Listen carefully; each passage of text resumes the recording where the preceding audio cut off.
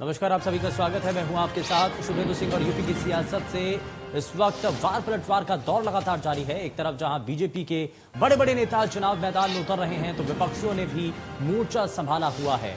लेकिन आज ही के दिन बीजेपी ने सभी बड़े नेता यूपी में थे, जहां खुद योगी आदित्यनाथ अलग अलग जिलों में लगातार जनसभाओं को संबोधित कर रहे हैं। तो वहीं राजनाथ सिंह ने आज लखनऊ में डेरा डाला तो गृह मंत्री अमित शाह भी चुनावी मैदान में उतरे। वैसे बीजेपी के तमाम दिग्गज अलग अलग इलाकों में यूपी आते रहते हैं।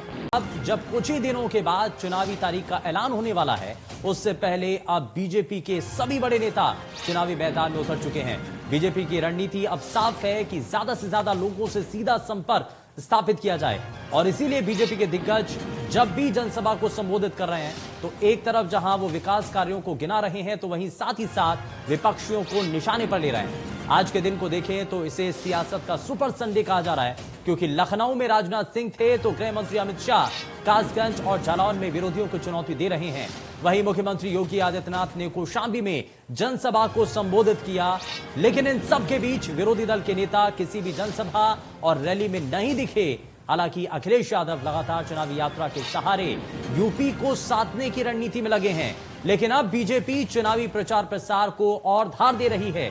बड़ी बहस में आज हम यही समझने की कोशिश करेंगे कि बीजेपी जो 2022 के विधानसभा चुनाव में प्रचार प्रसार के लिए एग्रेसिव नीति अपना रही है, क्या उसके सहारे विधानसभा चुनाव में वो विरोधियों को चित कर पाएगी।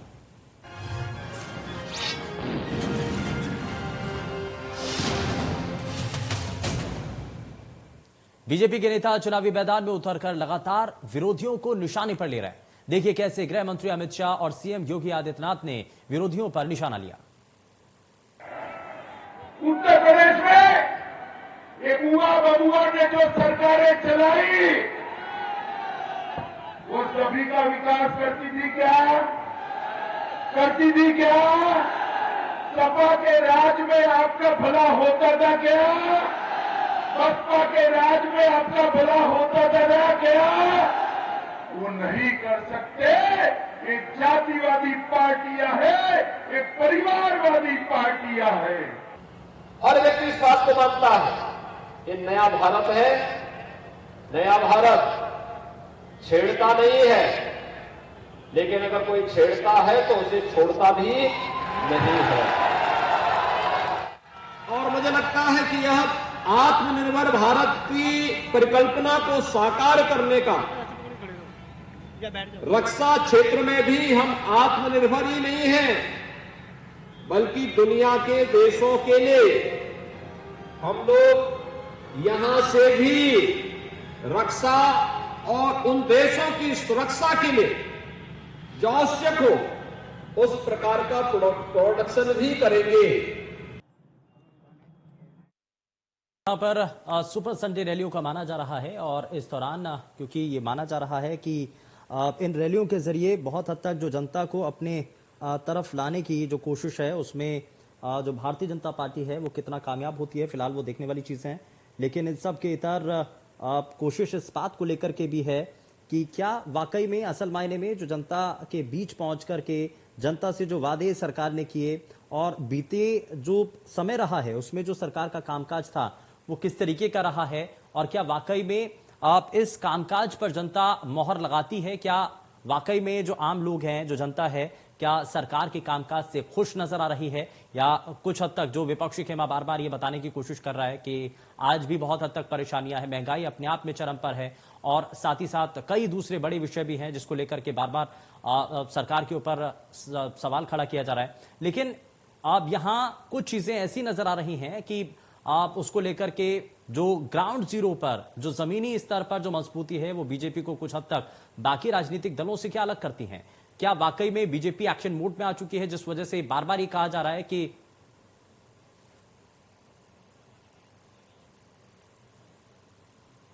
और क्या इन्हीं सभी चीजों को लेकर के बीजेपी को एक एज मिलता है। जरा इन्हीं सभी चीजों को समझने की कोशिश करते हैं। आज के खास मेहमानों से आपको सबसे पहले मिलवा देते हैं। भारतीय जनता पार्टी से प्रवक्ता प्रशांत उमराव हमारे साथ कार्यक्रम में जुड़ चुके हैं। प्रशांत जी, बहुत स्वागत है।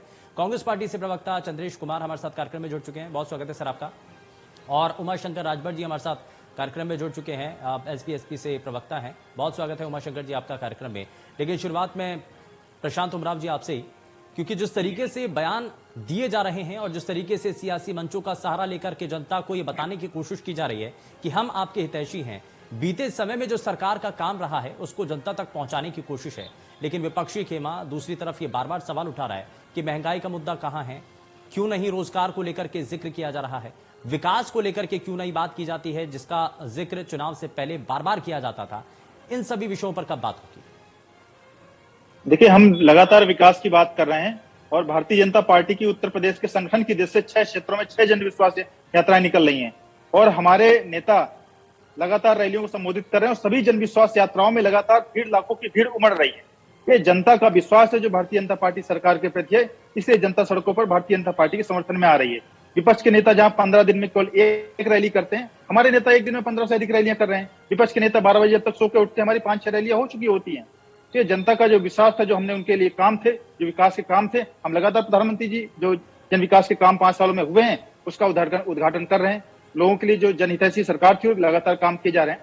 हम विकास के मुद्दे को लेकर के साथ चल रहे हैं, हम ये बाकी चीजों को लेकर नहीं चलते। बाकी आपने तो देखिए कांग्रेस के नेता और सपा के नेता किस तरीके से बयानबाजियां करते हैं, हम उस चीज को नहीं दोबारा दोहराएंगे। जो हमने विकास का वादा किया था, जो हमने काम करने का वादा किया था, जो ग्राउंड पर आज जो लोगों को सुख सुविधाएं जो मिल रही हैं, उसी का नतीजा है कि जनता भारतीय जनता पार्टी की रैलियों में आ रही है और अपना जन समर्थन दे रही है। ठीक है, रैलियों के जरिए क्या लोगों को अपनी तरफ जोड़ पाने में क्या कोई भी राजनीतिक दल कामयाब हो पा रहा है? जिसमें प्रशांत उमराव कह रहे हैं कि हम तो लगातार रैलियां कर रहे हैं, चंद्रेश कुमार, क्या वाकई में आपको नजर आता है कि बीजेपी जिस तरीके से और जिस एग्रेसिव नेचर के साथ अब आगे कैंपेनिंग कर रही है, रैलियां कर रही हैं, रोड शो कर रहे हैं और सीधे सीधे जनता से जुड़ने की कोशिश की जा रही है, इसमें बाकी राजनीतिक दल पीछे रह गए क्या? चंद्रेश, भारतीय जनता पार्टी के खेमे में हताशा और निराशा है। इनकी स्थिति खिसियाई बिल्ली खंबा नोचे वाली है। इन्होंने रैलियों की बात की, ये बड़ी रैलियां करते हैं। इन्होंने रैलियों के अलावा और किया क्या है 4.5 साल में?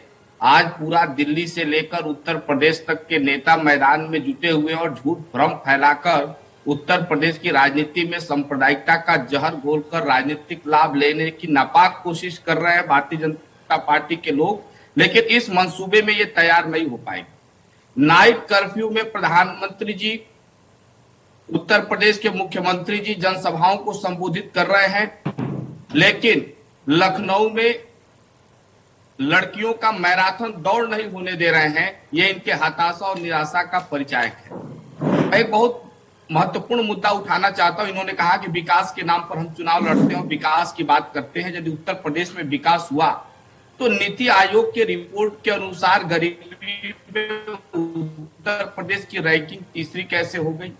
यदि उत्तर प्रदेश में कानून का शासन था तो मानवाधिकार उल्लंघन के मामले में मानवाधिकार आयोग के अनुसार उत्तर प्रदेश भारत में नंबर 1 कैसे हो गया? आपने गाय के नाम पर राजनीति की। आज उत्तर प्रदेश की गौशालाओं में भूख और प्यास से गायें तड़प कर मर रही है। आप किसी भी जिले से जिले को कनेक्ट करने वाली सड़क को देख लीजिए, गड्ढे के सिवा आपको और कुछ नहीं मिलेगा। तो मुझे लगता है कि बयानबाजी छोड़कर इन्हें रोजगार पर, विकास पर बात करना चाहिए। आज लखनऊ में नौजवान, लेकिन अगर सरकार ने काम नहीं किया, सरकार ने काम नहीं किया तो क्या कैंपेनिंग के जरिए या जनता के बीच में पहुंच करके, चंद्रेश कुमार, बात को समाप्त करना चाहूंगा, फिर मैं उनकी प्रतिक्रिया मांगूंगा। हाँ, इसमें एक चीज तो ये है कि क्या कांग्रेस पार्टी, अगर आप ये कह रहे हैं कि सरकार ने उतना काम नहीं किया जितनी उम्मीद की जा रही थी, तो क्या कांग्रेस पार्टी ने आगे आकर के जनता को ये बताने की कोशिश की कि वाकई में ये काम नहीं हुए हैं? लगातार कांग्रेस पार्टी जनता के हक और हुकूक के लिए सड़क से लेकर सदन तक लड़ाई लड़ने का काम कर रही है। जब इन्होंने हाथरस की बेटी को कूड़े के ढेर पे रख के जलाने का काम किया, तब भी हमने उसके अधिकारों के लिए लड़ाई लड़ी। इन्होंने लखीमपुर के किसानों को रौंदने का काम किया, हमने उनके हक के लिए लड़ा। मनीष गुप्ता की इन्होंने हत्या किया गोरखपुर में, उसके लिए हमने लड़ा। और कोविड न्याय के तहत जो भी लोग कोविड से मरे हैं उनके परिवार को 4 लाख रुपए देने की भी हम मांग कर रहे हैं और दिला के रहेंगे। और जो किसान आंदोलन में शहीद हुए उन परिवारों को भी मुआवजा दिलाने की हम मांग कर रहे हैं और दिला के रहेंगे। नहीं, ठीक है ना, जो मांग कर रहे हैं तो वो तो पूरी हो रही है, यानी कि काम किए जा रहे हैं। ठीक है, मैं थोड़ा सा आगे बढ़ता हूँ। समाजवादी पार्टी से प्रवक्ता आरपी रंजन भी हमारे साथ कार्यक्रम में जुड़ चुके हैं। रंजन साहब, बहुत स्वागत है आपका कार्यक्रम में। मित्र आरपी राजन सबक सिखाने का भी काम करेगी। ठीक है, आरपी राजन डियर, ना कि रंजन, आरपी राजन। माफ कीजिएगा सर, राजन साहब बहुत स्वागत है आपका कार्यक्रम में। अब सवाल तो यह है कि अगर आप मंचों पर नजर नहीं आएंगे, जनता को अगर आप बताएंगे नहीं कि सरकार की कमियां क्या हैं, खामियां क्या हैं, तो जनता को कैसे मालूम होगा? क्योंकि इस कैंपेनिंग में, जनता के साथ जुड़ाव में जो रैलियां की जा रही हैं, जनता के साथ जुड़ाव के लिए जो एक्शन प्लान जो बीजेपी का तैयार है, जिस तरीके से अलग अलग नेता, मंत्री सभी मैदान में उतरे हुए हैं, रैलियां की जा रही हैं, क्या आपको नहीं लगता कि इसमें बाकी दल थोड़ा सा पीछे रह गए हैं? आरपी रंजन, राजन साहब। देखिए मित्र, समाजवादी पार्टी जो है सीधे जनता से संवाद करती है और जनता के बीच में जाकर के काम करती है, जनता के लिए काम करती है। और हमने पिछले अपनी सरकार में आदरणीय राष्ट्रीय अध्यक्ष अखिलेश यादव जी के कार्यकाल में उन्होंने जो काम किए हैं, भारतीय जनता पार्टी का काम पूरा 5 साल का जो कार्यकाल है वो केवल फीता काटने में जो है, सपा के किए हुए कामों का इन्होंने फीता काटा, उसी में इनका पूरा 5 साल बीत गया है। हाँ, इन्होंने जो विकास किया है भारतीय जनता पार्टी ने, वो बड़ा विकास वो आज दिख रहा है। इन्होंने जो विकास किया है, किसानों को जो है बर्बाद करने का विकास किया है। गांव छुट्टा जानवर छूटे हैं, खाद नहीं मिल रही है, यूरिया नहीं मिल रही है, किसान परेशान है। आप समझिए, किसान आंदोलन में जो जिस तरह से भारतीय जनता पार्टी के लोग, नेता, मंत्री लोग जिस तरह से किसान आंदोलन के किसान नेताओं को कहते थे कि तो खालिस्तानी है, पाकिस्तानी है, देशद्रोही हैं, जब सरकार से सवाल पूछा जाता है तो वे देशद्रोही कह दिया जाता है। उसके बाद किसानों की जीत हुई, इनको बिल वापस लेना पड़ा। 700 से अधिक किसान शहीद हो गए। भारतीय जनता पार्टी के एक भी नेता या मंत्री के मुंह से एक शब्द श्रद्धांजलि में उन शहीद किसानों के प्रति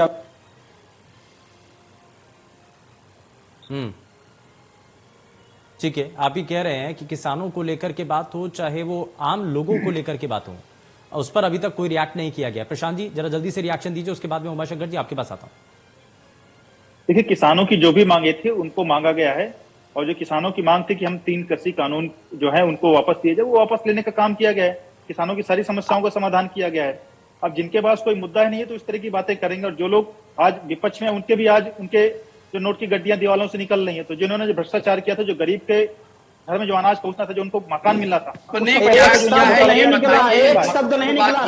7 शहीद हो गया। आपने 4.5 साल में क्या किया है, आपकी उपलब्धि क्या रही, चंद्रेश कुमार जी, एक मिनट, बात आपसे बता रहा हूँ। नहीं निकला। आरपी राजन जी जरा समय देंगे, आरपी राजन जी, रहेंगे 2 सेकंड। अनाथ हो गए। आरपी राजन जी जरा चुप रहेंगे आप। आरपी राजन जी, एक मिनट जरा, अभी एक मिनट जरा, हाईकोर्ट ने एक मिनट चंद्रेश कुमार जी, एक मिनट जरा सवाल जो आपने किए थे, आपने जो सवाल किए थे ना सर, आपने जो सवाल किए थे, जरा उनका जवाब ले लेते हैं।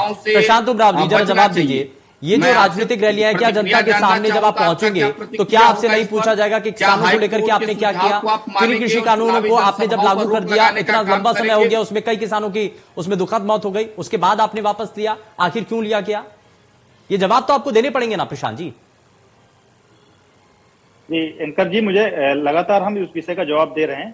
और जो पहले प्रधानमंत्री जी ने स्पष्ट रूप से कहा था कि हम कृषि कानून किसानों के हित के लिए लाए थे, हमने उनके हित के लिए नहीं।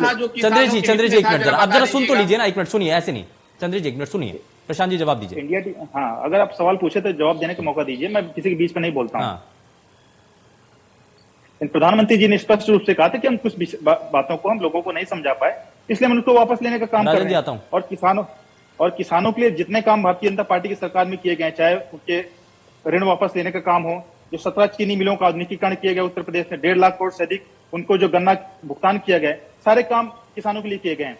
अभी चाहे अर्जुन बांध सागर परियोजना का उद्घाटन हो, या सरयू नहर परियोजना का उद्घाटन हो, इससे करोड़ों किसानों को लाभ हो, ये सारे काम किसानों के लिए किए जा रहे हैं। होता है, काम नहीं होता। ठीक है, मैं माफी के साथ रोक रहा हूँ सर, लेकिन यहाँ पर बहुत सारे